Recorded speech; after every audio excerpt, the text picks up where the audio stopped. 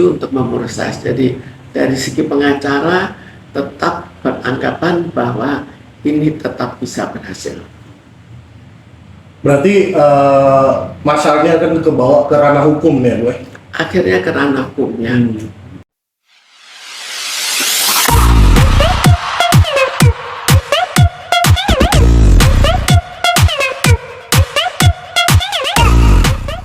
Tiga bawang itu ya. Ada. Jadi masalahnya sekarang adalah bahwa somasi sudah dilakukan 3 kali, kemudian kita masih berikan kesempatan lagi untuk menanggapi apa yang kita anggap benar. Jadi kita beritahukan ini kan keluarnya sebagai pengurus, kenapa kok hartanya diambil gitu, lalu dari mana, hukumnya di mana. Tapi sampai sekarang belum dijawab. Jadi kalau tidak dijawab, artinya kan kita teruskan. Untuk batas somasi sendiri yang diberikan berapa hari, Bu? Sebetulnya kita berikan ini sudah somasi ketiga. Jadi masih diberikan kesempatan karena mereka mengatakan mereka mengikuti jalur hukum. Jalur hukumnya kalau dilihat mereka mengikuti proses bahwa ada proses hukum dalam arti kata ada akte notaris, kemudian ada kesimpulan dari akte notaris, kemudian itu diteruskan. Tapi kalau saya menganggap kalau akte notarisnya salah, apakah itu prosedur hukum? Karena itu kita kembalikan untuk bertanya, tapi sudah seminggu mereka tetap tidak menjawab. Bu, terkait nilai kerugian sendiri yang kemarin sempat dibahas itu kan sampai triliunan ya, Bu, mohon maaf. Nah, kalau untuk dari tindakan atau langkah Bang Komarudin sendiri tetap maju untuk memproses atau seperti apa sih, Bu? Tetap maju untuk memproses. Jadi dari segi pengacara tetap beranggapan bahwa ini tetap bisa berhasil.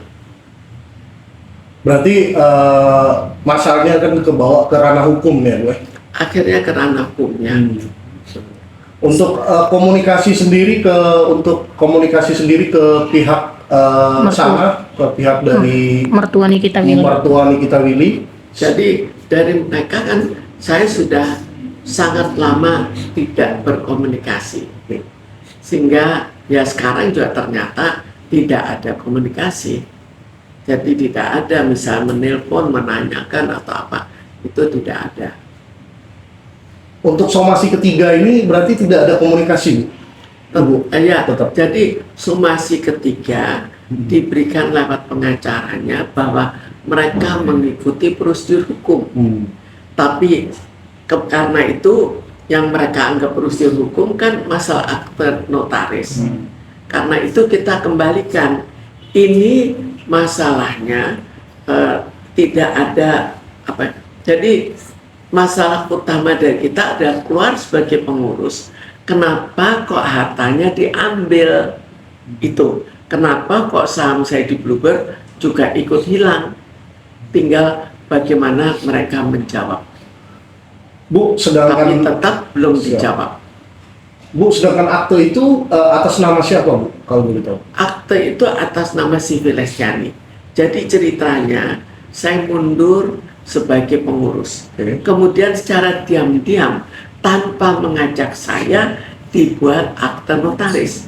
Di akte notaris itu harta saya dihilangkan. Itulah proses hilangnya harta saya. Berarti itu dibuat akte baru ya, Bu? Dibuat akte baru. Tapi saya tahunya juga sangat lama karena kan dalam suasana berkelahi terus. Jadi sebetulnya perkelahian yang terjadi di Bluebird itu cukup berat. Salah satu contoh yang bisa kita lihat adalah penganiayaan terhadap pemegang saham.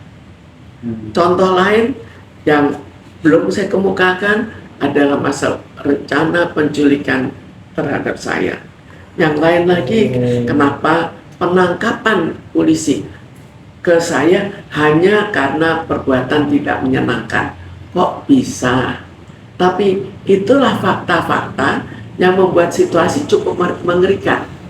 Karena cukup mengerikan, dengan sendirinya saya tidak semudah itu untuk bertengkar karena bisa menyangkut nyawa. Berarti ada ancaman dari penculikan juga. Ancaman penculikan itu dikemukakan oleh penculiknya.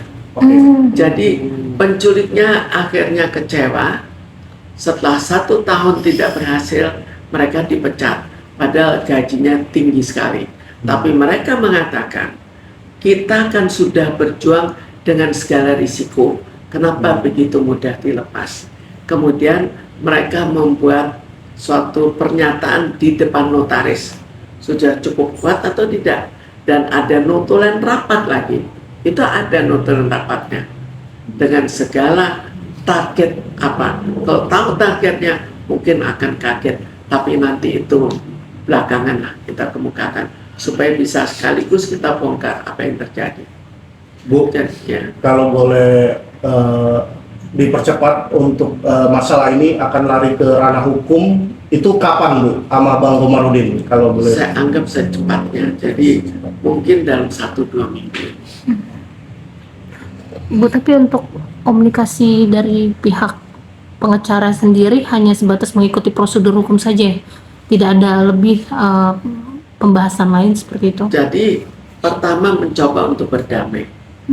Tapi kalau kita lihat orang-orang kaya yang melakukan suatu kesalahan, mereka biasanya tidak mau damai. Karena apa? Karena mereka masih punya satu jalan keluar yang sangat mudah, yaitu lari ke luar negeri.